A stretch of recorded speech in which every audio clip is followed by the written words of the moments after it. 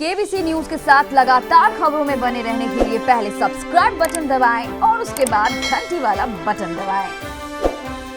आइए जानते हैं आज की अंतर्राष्ट्रीय खबरों को। पहले एक नजर आज की हेडलाइंस पर। दिल्ली में आज से खुलेंगे सरकारी और प्राइवेट ऑफिस, शादी अंतिम संस्कार में सोशल डिस्टेंसिंग जरूरी।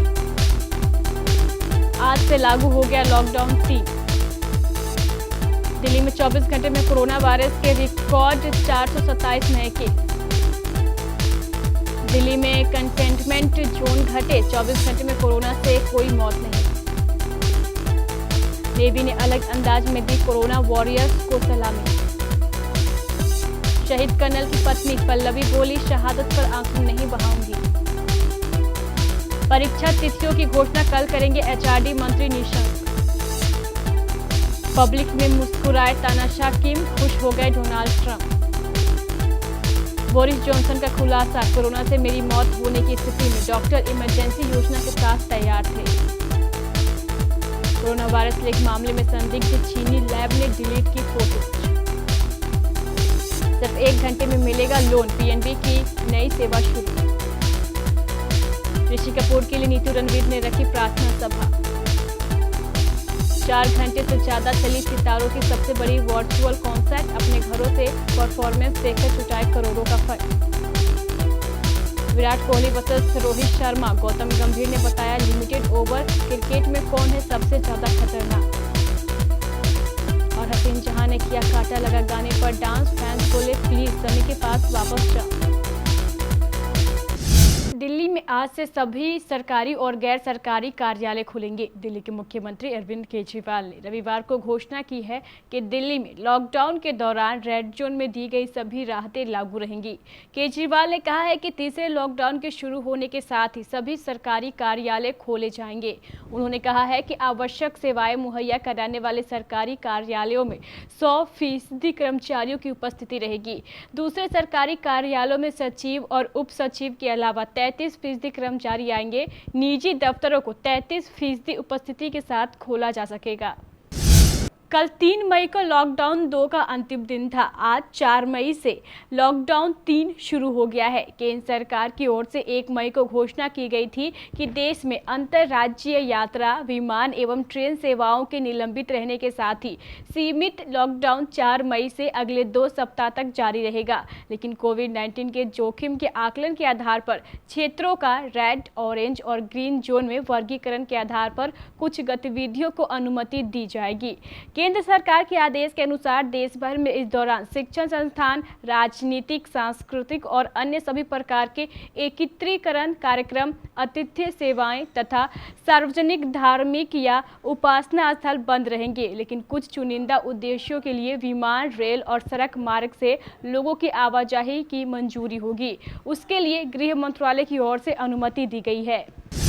पिछले 24 घंटे में दिल्ली में कोरोना के 427 नए लोगों में वायरस की पुष्टि की गई है। यह अब तक का एक दिन में कोरोना से संक्रमित होने का सबसे बड़ा आंकड़ा है। जिस प्रकार रविवार को दिल्ली में पॉजिटिव होने का मामला सामने आया है, उसके अनुसार हर घंटे औसतन 17 मरीज इस वायरस के शिकार हो रहे हैं, जो बड़ी चिंता की बात कही जा सकती है। दिल्ली में कुल कोरोना पॉजिटिव मरीजों की संख्या बढ़कर 4549 तक पहुँच गई है। राजधानी दिल्ली में कोरोना वायरस संक्रमण के मामले बेहद तेजी से बढ़ रहे हैं। राहत की खबर यह है कि रविवार को दिल्ली में कंटेनमेंट जोन की संख्या 96 से घटाकर 94 हो गई है। 28 दिनों तक एक भी कोरोना संक्रमण का केस सामने नहीं आने की वजह से राजधानी के 2 इलाके डीकंटेन कर दिए गए हैं। दिल्ली में बीते 24 घंटे में 427 लोग कोरोना संक्रमित हुए हैं। धरती, आकाश या जल, जहां भी दुश्मन हमारे देश की सीमा को लांघने की कोशिश करते हैं, वहां हमारी आर्मी, एयरफोर्स और नेवी के जाबाज 24 घंटे उन्हें जवाब देने के लिए तैनात रहते हैं। लेकिन देश पर इस समय कोरोना जैसे दुश्मन का संकट छाया हुआ है। उससे हमारे डॉक्टर, नर्स, पैरामेडिकल स्टाफ और पुलिस जंग लड़ रही है।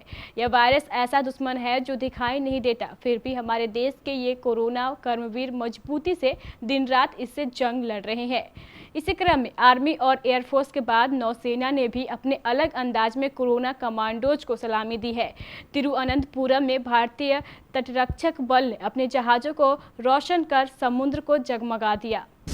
शहीद कर्नल आशुतोष शर्मा की पत्नी पल्लवी ने भी हिम्मत दिखाते हुए कहा है कि पति की शहादत पर आंसू नहीं बहाऊंगी।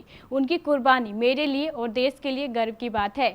मेरे आंसू उन्हें ठेस पहुंचाएंगे। बुजुर्ग मां की आंखें भी नम है, पर बहादुर बेटे के सम्मान में आंसू बाहर नहीं निकल रहे हैं। पल्लवी ने बताया है कि वर्दी ही आशुतोष का सपना थी और उनका संसार, उन्हें उसी पर गुमान था। इंजीनियरिंग में प्रवेश के लिए जेईई एवं मेडिकल की प्रवेश परीक्षा नीट की तिथियों की घोषणा कल 5 मई को होने की संभावना है।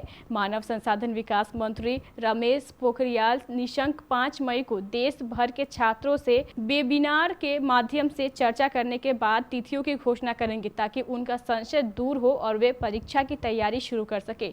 मंत्रालय द्वारा जारी बयान में यह जानकारी दी गई है। उत्तर कोरिया के तानाशाह किम जोंग उन के पब्लिक में दिखने के बाद अमेरिका के राष्ट्रपति डोनाल्ड ट्रंप खुश है। दरअसल किम के गंभीर रूप से बीमार होने की अटकलों के करीब 3 हफ्ते बाद पहली बार वह जनता के सामने दिखाई दिए। इसके बाद ट्रंप ने ट्वीट किया, मुझे यह देखकर खुशी हुई है कि वह वापस आ गए हैं और स्वस्थ है। किम 13 अप्रैल के बाद कई दिनों तक पब्लिक में दिखाई नहीं दिए थे। ब्रिटेन के प्रधानमंत्री बोरिस जॉनसन ने रविवार 3 मई को यह खुलासा किया है कि पिछले महीने के एक अस्पताल में कोरोना वायरस संक्रमण के उनके इलाज के दौरान चीजें हाथ से निकलने जाने और उनकी मौत होने की स्थिति में आकस्मिक योजना तैयार कर रखी गई थी। पिछले हफ्ते स्वस्थ होकर 10 डाउनिंग स्ट्रीट स्थित अपने कार्यालय सह आवास लौटे 55 वर्षीय जॉनसन ने द सन ऑफ संडे से कहा है कि 7 अप्रैल को सेंट थॉमस हॉस्पिटल की गहन चिकित्सा इकाई में उन्हें काफ़ी मात्रा में ऑक्सीजन दी गई। कोरोना वायरस के कथित लीक मामले में संदिग्ध मानी जा रही चीन की लैब ने अपनी वेबसाइट से कई फोटो डिलीट कर दी है। डेली मेल की रिपोर्ट के मुताबिक इन फोटो में दिखाई दे रहा था कि चीन लैब में काम करने वाले स्टाफ पर्याप्त सेफ्टी स्टैंडर्ड्स को फॉलो नहीं कर रहे हैं। अमेरिकी राष्ट्रपति डोनाल्ड ट्रंप सहित दुनिया के कई नेता कोरोना वायरस फैलाने को लेकर चीनी लैब पर सवाल उठा रहे हैं। अमेरिकी अधिकारियों ने इस मामले में जांच भी शुरू कर दी है। रिपोर्ट के मुताबिक बीते महीने वुहान इंस्टीट्यूट ऑफ वायरोलॉजी ने कुछ ऐसे फोटो को डिलीट कर दिया जिसमें साइंटिस्ट चीनी लैब में काम करते दिखाई दे रहे थे। पैसों की जरूरत कभी भी हो सकती है। ये जरूरी नहीं कि लॉकडाउन है तो आपको अचानक पैसे की आवश्यकता ना हो। आपकी इसी जरूरत को देखते हुए पंजाब नेशनल बैंक ने घर बैठे लोन देने वाली नई सेवाओं की शुरुआत की है। सबसे अच्छी बात यह है कि सिर्फ 1 घंटे के भीतर पैसे आपके खाते में होंगे। पंजाब नेशनल बैंक ने घंटे भर में लोन देने वाले इन नई सेवाओं का नाम PSB लोन इन 59 मिनट्स रखा है। 30 अप्रैल को ऋषि कपूर की दुनिया से विदा लेने के बाद फिल्म इंडस्ट्री और फैंस के बीच गम का माहौल है। ऐसे में सभी कपूर परिवार को दिलासा दे रहे हैं और ऋषि की आत्मा की शांति मिलने की दुआ कर रहे हैं। अब ऋषि कपूर की पत्नी और बेटे ने उनके लिए प्रार्थना सभा रखी है। रणबीर कपूर और नीतू कपूर की एक फोटो सोशल मीडिया पर वायरल हो रही है। इस फोटो में दोनों ऋषि कपूर की फूल चढ़ी तस्वीर के साथ बैठे हैं। रणबीर कपूर ने सफेद कुर्ता पैजामा पहना है और संतरे रंग की पगड़ी पहनी है, तो वहीं नीतू सफेद सूट में नजर आ रही हैं। कोरोना पीड़ितों के लिए फेसबुक पर 4 घंटे 20 मिनट से ज़्यादा चले देश के सबसे बड़े virtual concert I for India में रात 12 बजे तक 3 करोड़ 44 लाख रुपए डोनेट हुए। इवेंट का आगाज आमिर खान के मैसेज के साथ हुआ और समापन शाहरुख खान के बेहतरीन गाना गाकर किया। पूरे इवेंट में सुपरस्टार सलमान खान की गैर मौजूदगी चर्चा का विषय बनी रही। रविवार शाम 7:30 बजे शुरू हुए इस कॉन्सर्ट में Amitabh Bachchan, Shahrukh Khan, Gulzar, AR Rahman, Javed Akhtar, Bryan Adams, Will Smith, Sonu Nigam, Hrithik Roshan, Nick Jonas, Vicky Kaushal, Ayushmann Khurrana, Kapil Sharma, Ustad Azmat Ali Khan, Anushka Shankar, Priyanka Chopra, Aamir Khan, Anil Kapoor, Ranveer Singh, Abhishek Bachchan जैसे सितारों ने अपनी प्रस्तुति और संदेश दिए। भारतीय टीम के पूर्व सलामी बल्लेबाज गौतम गंभीर का मानना है कि सीमित ओवरों के फॉर्मेट में भारतीय कप्तान विराट कोहली की तुलना में रोहित शर्मा अधिक प्रभाव डालने में सफल रहे हैं।